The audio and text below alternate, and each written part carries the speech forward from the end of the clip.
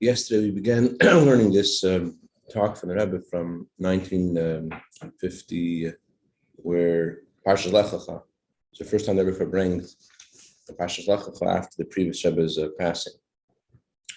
So there's a lot of discussion about the previous Rebbe's passing and the time that they were in relevant to the passing of the previous Rebbe, in context of what we're discussing on Parshas Lecha. Parshas Lecha talks about the journey of Avram Avinu out of his homeland, but Chassidus emphasizes that his journey isn't his journey, it's our journey. The idea of leaving the homeland is the idea of sacrifice, but going beyond limitations.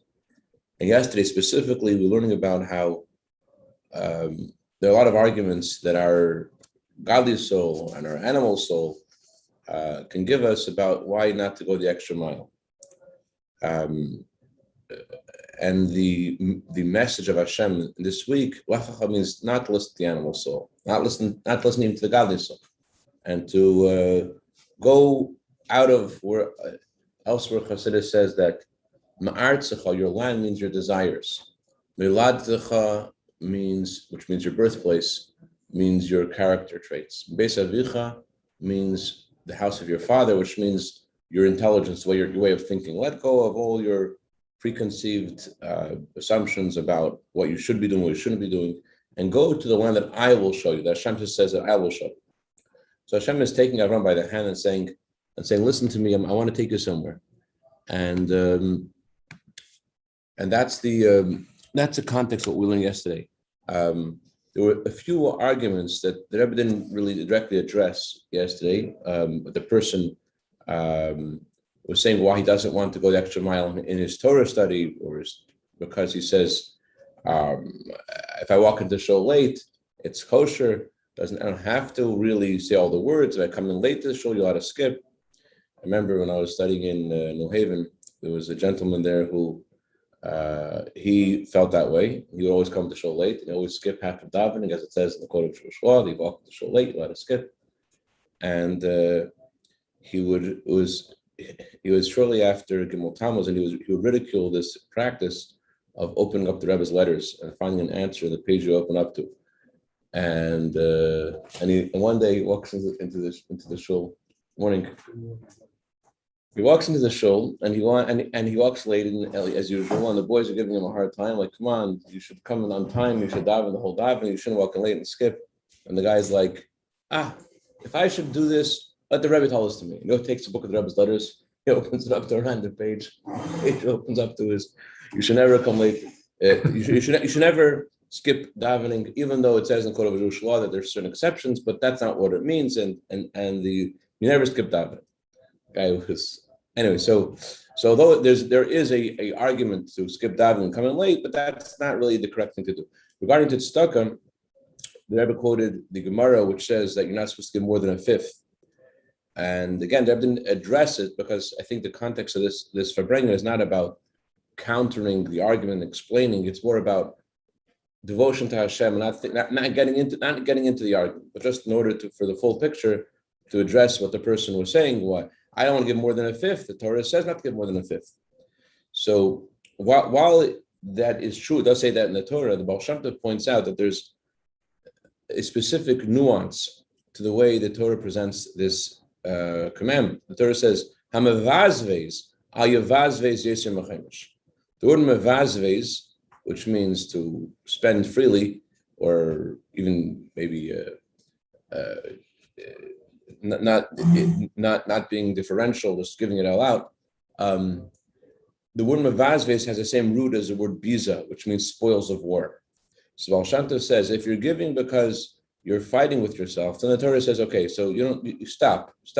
There's a limit. But if you're giving because you like to give and you have a joy in giving, then there's no limitation. That's what Baal Shem Tov says. Also, in Tanya, the Alter Rebbe says that there are certain things that we give because of our health, we pay medical bills. So if something concerns your health, you don't care how much you spend, you want to get better. Similarly, the Alter Rebbe writes in Tanya that giving tzedakah is a way of atonement and it fixes up the neshama. So considering what that does for your soul, the Alter Rebbe says you wouldn't put a limitation. You would go all the way. So that's just to counter when there's an argument of the godly soul. The animal soul, the godly soul has what to say, but the thrust of what we learned yesterday was Lecha, to go out of your limitations, go for what Hashem wants you to do. And not to be limited. That's the message of Hashem. Go to the land that I will show you. Go to what I'm going to tell you to do. That's the first thing that the Torah tells us about Jews. The Jews don't just do what they want to do; they go after what Hashem tells them to do. That's what makes us Jewish. Like we got the Torah from Hashem.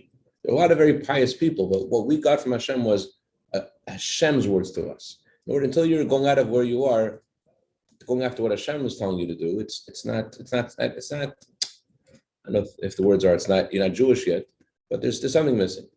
Lech is central to being Jewish. So that's the context of the Farbrengen, and then the Rebbe goes on to discuss the time that they were in then. 9 months from the passing of the previous Rebbe. It was the 10th of Cheshvan, and 10th of Cheshvan is 9 months since the passing of the previous Rebbe. In Hebrew, the word that's used to describe the passing of a tzaddik is histalkos. Histalkos is translated as departure, but the real meaning of histalkos is elevation.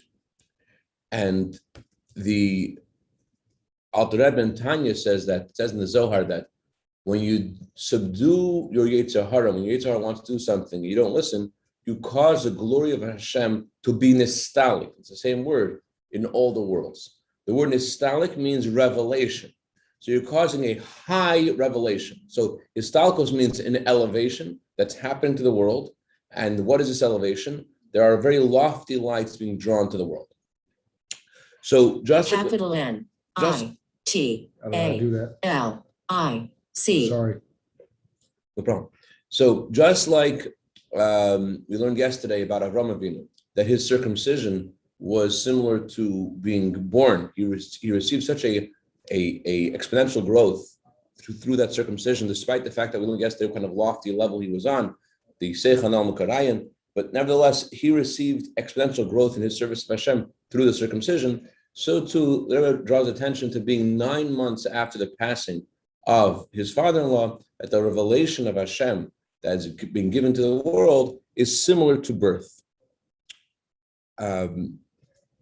Regarding pregnancy and birth, there are 3 times that are mentioned in the Torah: 7 months, 9 months, and 12 months. It says, for example, that Moshe Rabbeinu, his parents were pregnant, his mother was pregnant with him for 7 months. There's Eliyahu Hanavi, that his birth was after 12 months.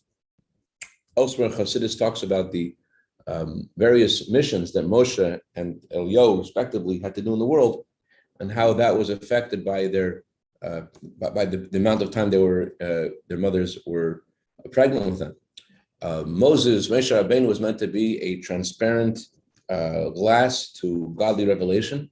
So being in the state of pregnancy, being so connected to the world, he just had to pass through all of the various worlds and get here. His mission was to be a window to spirituality, to holiness, to godliness, to the world of Atzilus. Therefore, his body wasn't really the main focus of his life. His main focus was that to reveal his neshama. So therefore, he had a short pregnancy period. But Eliyahu Hanavi, unlike Moshe Rabbeinu, who was buried, Eliyahu Hanavi ascends on high with his body. So Eliyahu Hanavi's focus in the world was to elevate the physical. That's why there was not just a 9 month period, there were 12 months. So the idea of pregnancy is to differentiate between the various components of the body, the head, the body, and the feet. And through pregnancy, there is a separation and division in various parts of the tipa that produces the child, and the drop that produces the child. In pregnancy, there is a period of differentiation where part goes to the head, part goes to the body, part goes to the feet. And the longer the pregnancy is, the body is more and more refined, more and more. There's more of a differentiation period, so there's more and more of a demarcation, if you will. Oh, that mentions the point I just mentioned. The Moshe Rabbeinu, it was 7 months. His body needed to be buried. It wasn't purified enough to go to heaven. But Elyon of his body, whose mother was pregnant with him for 12 months, did not need to be buried because his body was totally purified through that 12 months. So each part was in exactly the right place. It was totally pure, and therefore was able to elevate and go to heaven. But the average time of pregnancy is 9 months. And those whose main focus in life is to elevate their body, they need 12 months, like Elyon. Those whose main focus is the light of the neshama should shine in the body, they only need 7 months. Those who need to use both the soul and the body, and they're not, these super kind of souls which have a very specific professional thing they need to do, they need to have an average amount of time. They need to have 9 months. That's the average amount of time. And there are two opinions about what 9 months means. There's one opinion that 9 months means 271 days. 9 months of 30 days. And on the first day of the 10th month, that's the definition of 9 months, or 272 days if you don't count. Basically, there's 272 or 273 because it says until the sperm is absorbed, it could take 1, 2, or 3 days. So therefore, it's 271, 272, 273. That's the first opinion. The second opinion is that it doesn't go by 9 months of 30 days. It could be 9 months, and each month, like let's say you started, let's say today is the 6th of Parshas, so you can count this as month number 1, even though you didn't start on day 1. And you can count the 9th month also, the first day of the 9th month, that also works, as long as there are 9 different months. It doesn't have to be 9 months of 30 days. So the calculation of the 9 months of birth, the day of the passing, the previous Rebbe, is called birth. According to the opinion, Rebbe says that you could count 7, 9 different months. So then already from the first day of Rosh Chodesh, of Mar Cheshvan, you already count this as the 9th month. And according to the opinion which says you have to have 9 full months, 271, 273 days. So then the birth is on the Wednesday after the Shabbos that Rebbe is speaking, and also which was also connected to this Shabbos, which I was speaking in, because Shabbos blesses all the days of the week. So the Rebbe points out that the Tanya for the day that they were studying then, every year we study the Tanya where the previous Rebbe allotted the Chitas, the daily study of Tanya. 7 years before the previous Rebbe's passing, he set up a regimen of study and to complete the entire Tanya on the 19th of Kislev and finish it once a year. And Rebbe says it's a Baal Shemske Indian. It's a wondrous thing that the previous Rebbe said that the day of the 9th month since his passing, they're studying about the only section in Tanya which talks about passing. The Alter Rebbe wrote a letter about the passing of Mendel Haradoker. There are 2 letters back to back which discuss the passing of someone. Letter 27, letter 28 in Tanya. Letter 27 is a letter about Mendel Haradoker, who was for a short period before the Alter Rebbe assumed leadership of Chabad. The truth is, even after the Alter Rebbe, Mendel Haradoker moved to Israel. So the Alter Rebbe was already a Rebbe when Mendel Haradoker was alive, but Mendel Haradoker was sort of the successor of the Maggid, the Mizitcha Maggid, for a period of time. And then he moved to Israel with a group of students. So the Alter Rebbe wrote a letter to comfort the Hasidim after his passing.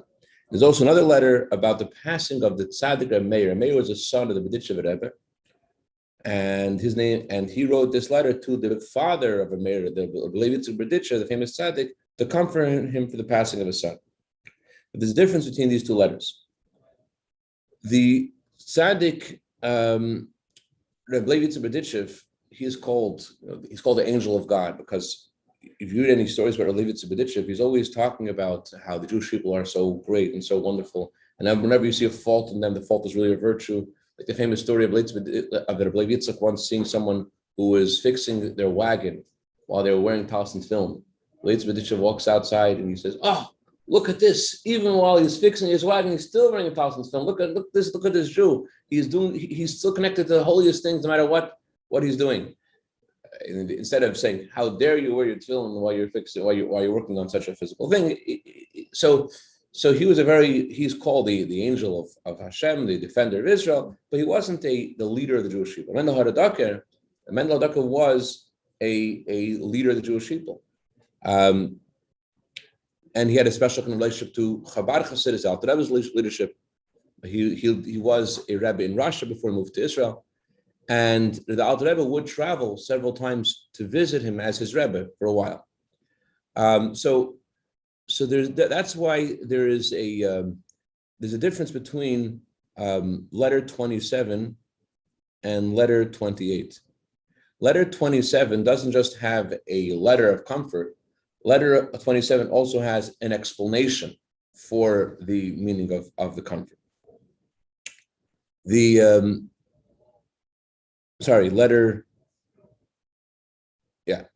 Letter 27. And the reason why there's additional explanation is because regarding the passing of anyone, even now someone who's not a tzaddik, the Gemara says when any Jew passes away, it's like the Torah being burnt. And much more so, the passing of the tzaddik, the Gemara compares the passing of the tzaddik to the shattering of the tablets of Hashem, the shattering of the luches. Especially a tzaddik who's leader of the Jewish people, certainly his passing is something that is not understood at all.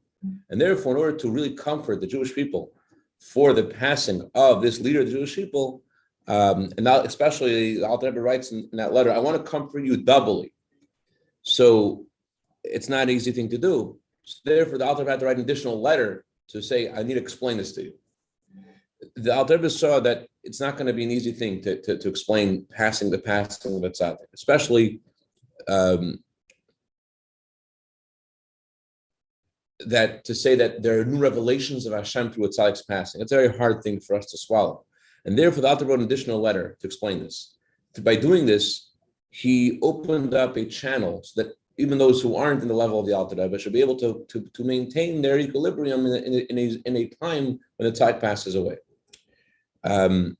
It's similar to what Chassidus says about Avram Avinu. Avram Avinu is known that he was the first one to open up the channel for sacrifice. It wasn't that he was the only one that sacrificed themselves for Hashem. In history, we have, unfortunately, hundreds of thousands of people that gave their life for Hashem. But what was unique about Avram Avinu was he was the first. So in a similar way, by the Alter Rebbe explaining the idea of the passing of the tzaddik, he was opening up a channel of understanding. It wasn't just like he explained something in this letter. There was something that he was accomplishing in the world. It reminds me of, there was sort of references here, it doesn't directly reference it, but there's a famous story of the Beis Yosef. Beis Yosef had an angel who would teach him Torah. And Beis Yosef was once trying to understand a certain section of the Talmud, and he locked himself up in a room for who knows how long until he figured it out. And he goes out into the Beis Medrash, he wants to share with everyone, "Oh, look what I just discovered." And one of the other guys in the synod, he wanted to share his insight to this very difficult question. He goes over to Yankel. Says, "Yankel, what would you say about this question?" Yankel's like, "Simple." And he tells Beis Yosef what he discovered after 3 days of effort. So the Beis Yosef is totally shocked, and he thought that his gift that Hashem had given him for understanding Torah was taken away, and that's why this guy Yankel figured out in a second. It took him 3 days. So he asked the angel who taught him Torah, like, "What does that mean?" So the angel says, "You're okay. What's going on is like this. You brought into the world this new insight in Torah, and once it's here already, anybody can get it." In other words, it's not just... I've heard this before. What? I've heard this before. Yeah. So after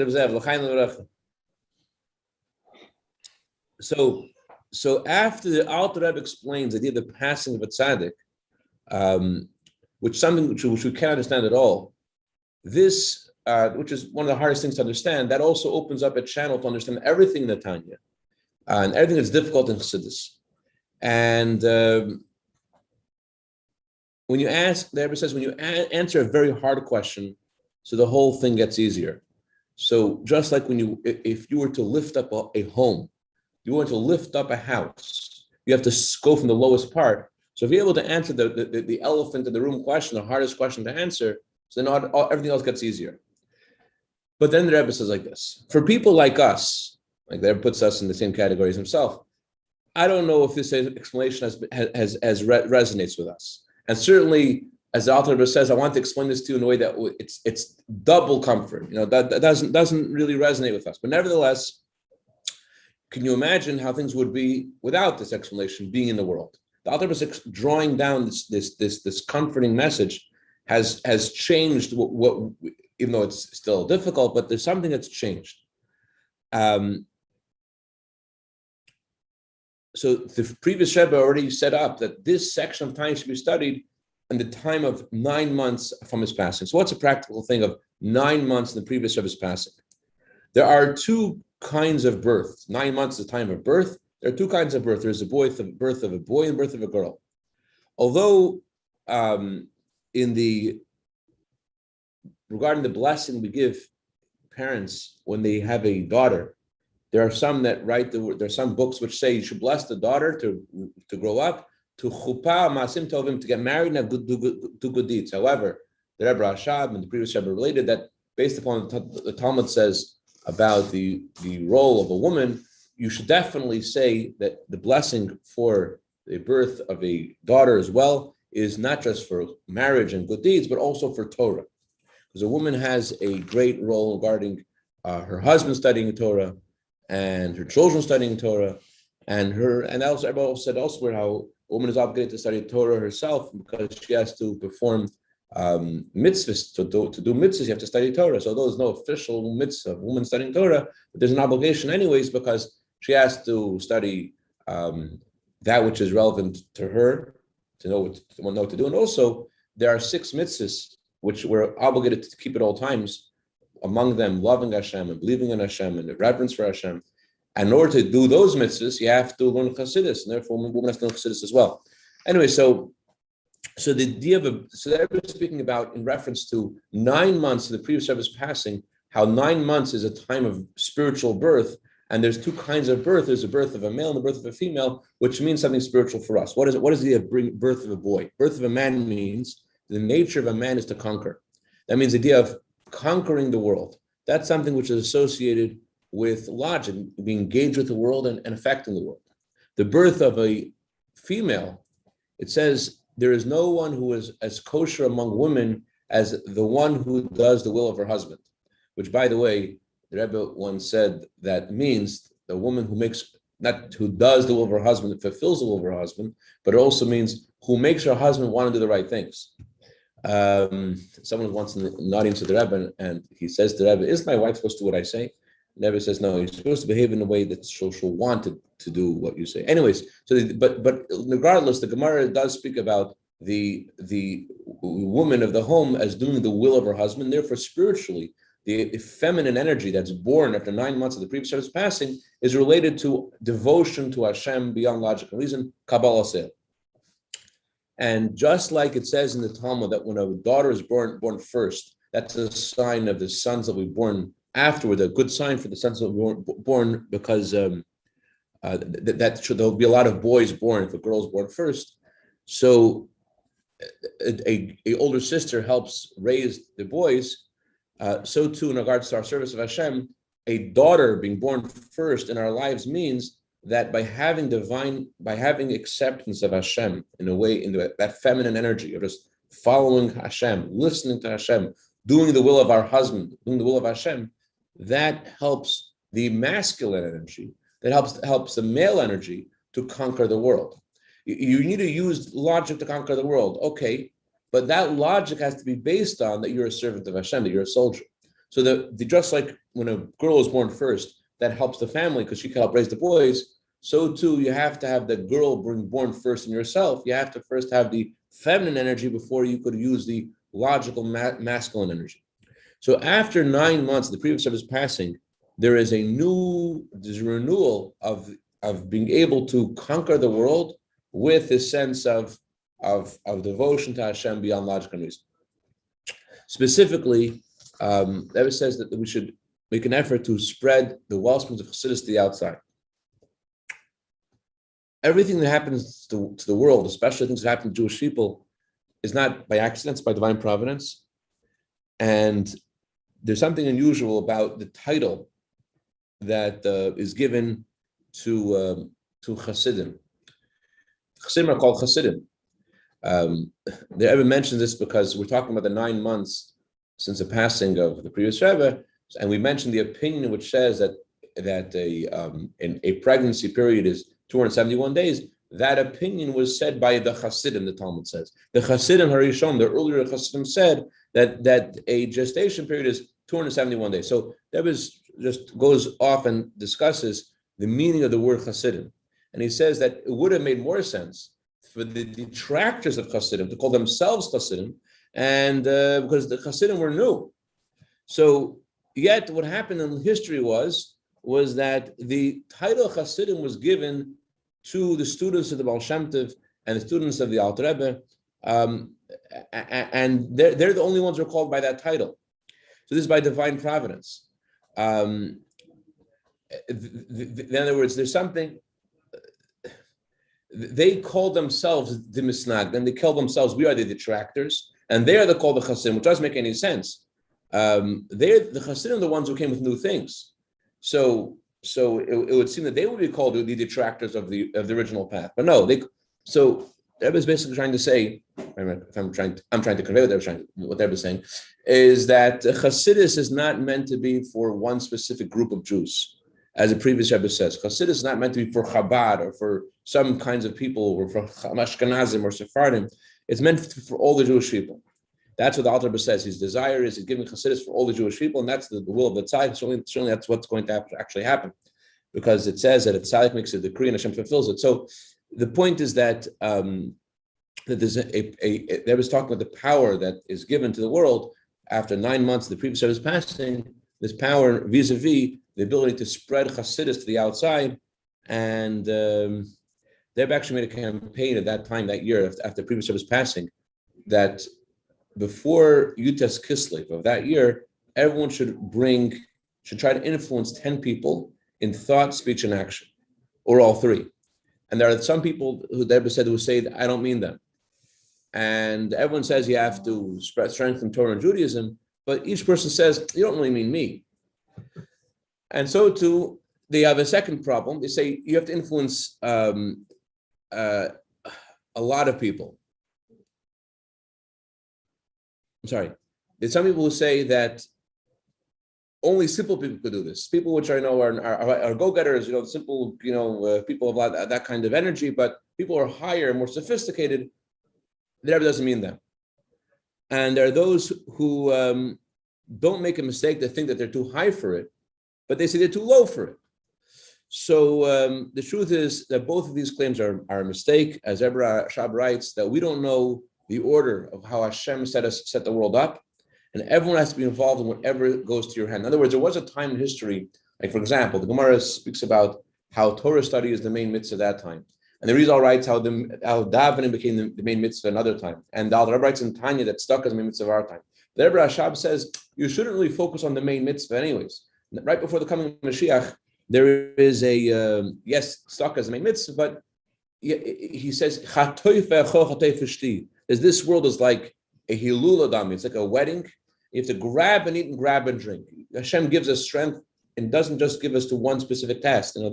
This world is the idea of we all see the incredible changes that are happening consistently in the world. So the message is that you shouldn't relegate yourself to say, I have one specific mission and that's all I'm given, and that's why I should focus on, shouldn't do other things. You have to go with whatever Hashem sends to you. And if you don't do what Hashem sends to you, you're denying the purpose of creation, because whatever God creates is for the purpose of His glory. God didn't make anything for naught. So if Hashem put you in a certain situation and you're able to do something, you got to do it. So then the Rebbe adds, and I'll conclude with this. The Rebbe says that whatever needs to happen is going to happen without you either.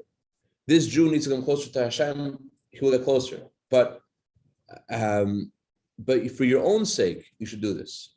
Someone wrote to the Rebbe that his son reached the age of marriage, and he doesn't want to do anything to help him get married because he's afraid that maybe he won't find the right person. He wants to wait until some idea comes up for him, and then he'll know if it just comes up for him randomly. Then it'll be from heaven. So obviously, the Rebbe says that approach is the opposite of what Hashem wants. As it says in the Talmud, a man is to look for a woman, and so too, it's true that this person will come closer to Hashem, but you have to, for your own sake, you have to make an effort to do whatever you can to make it happen. And that's what I want to share today, and Hashem will continue tomorrow. Great day. Yes. You said that the passing of the Zadok is like the breaking of the tablets. Yeah. But the passing of a regular person is like the burning of the Torah.